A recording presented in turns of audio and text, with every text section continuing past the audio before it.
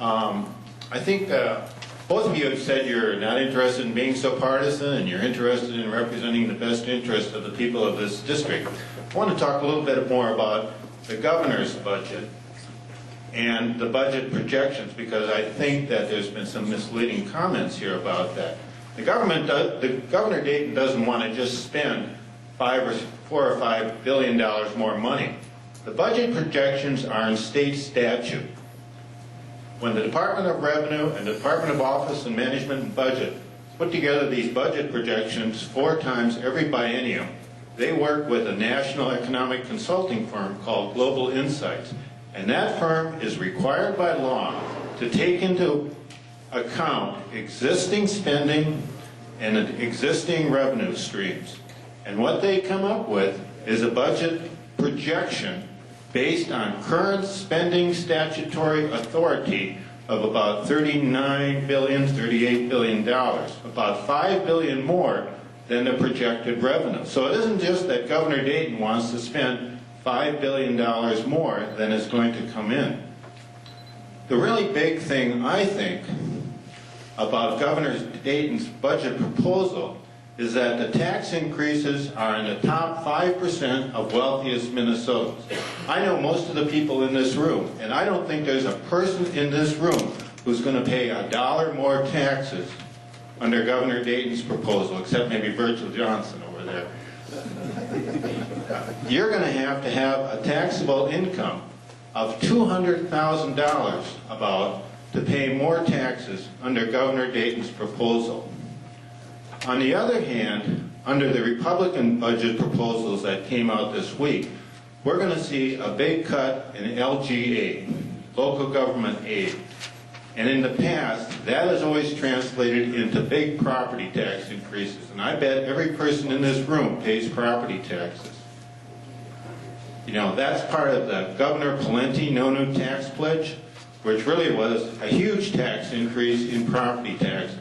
In the 8 years that Governor Pawlenty was governor, property taxes paid by people just like you in this room went from $4 billion to $7 billion. Now I want to ask both Greg and Jeremy if they think it's fair to tax the people in this room, or if they think it's fair to tax the top 5% of income earners in Minnesota to balance the state budget and to meet the needs of the people in this state. We have 14,000 more kids coming into the K through 12 education system in the next biennium. If we don't increase spending, how are we going to pay for those 14,000 more kids? We have a lot more baby boomers, people my age and Ken Anderson's age, who are going to be getting a little bit older and needing more health care. We have a lot of people in this state who are people with disabilities that need to be on Medicare and Medicaid. We have to provide funding for those things. And how are we going to do that if we simply cut the budget back to what it was the last biennium? So that's my question. I'd like both of you to address the issue of whether you think it's fair to tax the rich or fair to tax the people in this room through higher property taxes. Okay, thank you. Gentlemen? Well, thank you for the question, my good friend, Mr. Tschumper. And I guess, you know, these are just some very basic philosophical differences. Talk about misleading comments. Only in government speak, and I learned this one early. An agency came in and said, we had $100 million last year, we demand $150 million this year. We gave them $125 million. They go to the press, Representative Davis cut us $25 million. You had 100, you got 125. I went to him and I say, no, I'm just a poor farm boy from Section 28, Sumner Township, Fillmore County, and if you had 100 million and I have 125 million, that's an increase. In the Republican proposed budget, there are no cuts to K-12, so just, you know, forget that one. There are no cuts to K-12. We're not doing that. And I would venture to say, and I can guarantee it, that there are more people sitting in this room that would have tax increases in the 4th and 5th tiers than you may imagine. I'll guarantee it. So let's just tax the rich. That's such a splendid idea. Let's look at a few facts. Oregon, 2 years ago, now just the facts, I know they're stubborn things, they're facts. 2 years ago, Oregon raised taxes on the evil rich 2%. They needed to collect $180 million more dollars. A year ago, well, 2 years ago, they had 38,000 millionaires file income taxes. They're supposed to raise, by 2% more, they're supposed to raise $180 million. 1 year ago, there were 28,000 millionaires in Oregon. They collected $130 million. These people are rich. They are not stupid. They are rich. They are not stupid. 1,100 one-percenters per day, including Saturdays and Sundays, leave the 9 highest tax states to the 9 lowest tax states. Where are Minnesota's rich going? Florida, Texas, Tennessee, and South Dakota. I hate losing to South Dakota. When the Gophers lost in football to South Dakota this last year, that was just horrendous.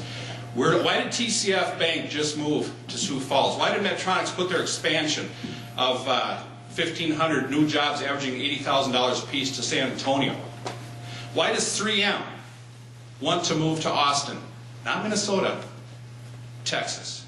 No state income tax in the United States. Again, these people are rich. They're not stupid. As far as property taxes go, I have had quite a fight, quite a struggle up there that a lot of folks probably don't know about. The tax chair in the Senate is from a third-ring suburb, very public about not wanting any LGAs. The property tax division chair in the Senate is from a third-ring suburb, third or fourth-ring suburb, has publicly stated there should be no local government. She's sick of sending her money from her constituents down here. Well, if you look at House File 130 that the governor vetoed, isn't it amazing how the tax chair in the House was able to get 2010 levels back to the cities, the counties, and the townships with no cuts to local government aids from what they received the previous year? No cuts, unless you were certified for less. That means that you're going to get less anyways. So the governor vetoed House File 130 that I was able to get in there, and I don't know if I can do it again. I was able to get in there, no cuts from previous levels. And the governor vetoed the bill. So don't talk to me about raising property taxes when I had it in there for the townships, the counties, and the cities with 0 cuts. Just remember this old mantra of tax the rich doesn't work, has never worked, and it will never work. Because people have to have the idea that if they're going to go out there with the sweat of their brow to create something, that they can keep some of it. We have to keep more money in the private sector where it creates wealth, rather than taking it all to the government where it consumes wealth. Now, I'm not saying, we have our priorities very clear. We have our priorities very clear, at least I do. You don't cut K-12. You don't cut nursing homes. You don't go after the disabled and the vulnerable adults. You don't do that. And when you see our numbers come out, you'll see that we can do that. And I love it when, in the legislature, when people talk about, well, Governor Pawlenty did this. Well, George Bush did this. Well, you know what? I'm really upset at President Woodrow Wilson and that League of Nations. I think we need to talk about that today. Mr. President, I'm going to take a little bit of a liberty here. When you have a 6-minute and 32-second question, I get to talk twice. A couple of things. First of all, on education. I've been endorsed by Education Minnesota 10 times. Now, a lot of my friends in my party aren't real happy with that, but that's a fact. Why? Because I support our local schools, and I have. In the bill the governor vetoed, House File 130, Representative Pawlowski and Senator Miller came to me and they said, we got this problem with Houston, it's the city of Houston fixed. That was in House File 130 that the governor vetoed. We did that. I'm going to make every effort to get it back in. Now, folks, it's very interesting. In our caucus, let's say I wanted to raise taxes. Let's just say I did, which I don't, but let's say I did. I think we can live with a 10% increase in revenues. Now, you know, probably Jan, Lee, and Charlie, of course, they get more than 10% raises from their employers all the time, but, you know, they're just in the distinct minority here. So let's live within our means. Let's let people that have earned their money keep more of it. It's very, very interesting. After the February forecast, what's the first thing the governor did? What's the first thing? This wonderful tax the rich idea. What's the first thing the governor did? He got rid of the fifth tier. That 3% surcharge on the evil rich. And I went to him and I said, Governor, thank you. And I was very public about it. That helps me try and keep more job creation. You know, you can say tax the rich. I look at it a little differently. I think that there are entrepreneurs. I think that there are philanthropists. And there are major taxpayers. And they do pay a lot more than anybody else. And we're going to put in the tax incidence study through the tax bill. We're going to put, you know, we hear all this stuff about how in Minnesota, you know, the poor pay more. We're going to include federal income tax in that. Because the poor don't pay more. 47% of the people don't even pay federal income tax. So we're going to make it so it actually makes some sense.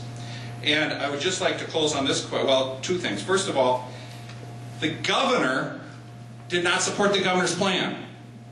Read the letter that the DFL senators in the Senate got. He told them not to vote for the plan. He has publicly said, I probably wouldn't even vote for it. So this wonderful governor's plan, and I'm a little bit upset about it. I took the governor at his word that he was serious about spending 2 weeks of my life that I can never get back giving very fair and open hearings to his plan. And now the governor says, don't vote for it. I'd never seen that before. It was amazing. The study in the Wall Street Journal that the senator alluded to, it was 200 to 1, and the reason the governor got that one vote is because they think Thomasoni wants to be the next revenue commissioner. I think that's what the word on the street was, so that's a good way to do it. States all across the country with Democrat governors, including Massachusetts, Governor Deval Patrick is not raising taxes. The governor of Oregon figured out that, well, his experiment didn't work. Maryland didn't work. They had the same situation that Oregon did. The Democrat governor of Washington State said no. Arkansas lowering taxes, Democrat governor. They can figure it out. This fantasy land of tax the rich, like I said, has never worked, does not work now, and will never work. What will work is more money in the private sector creating jobs.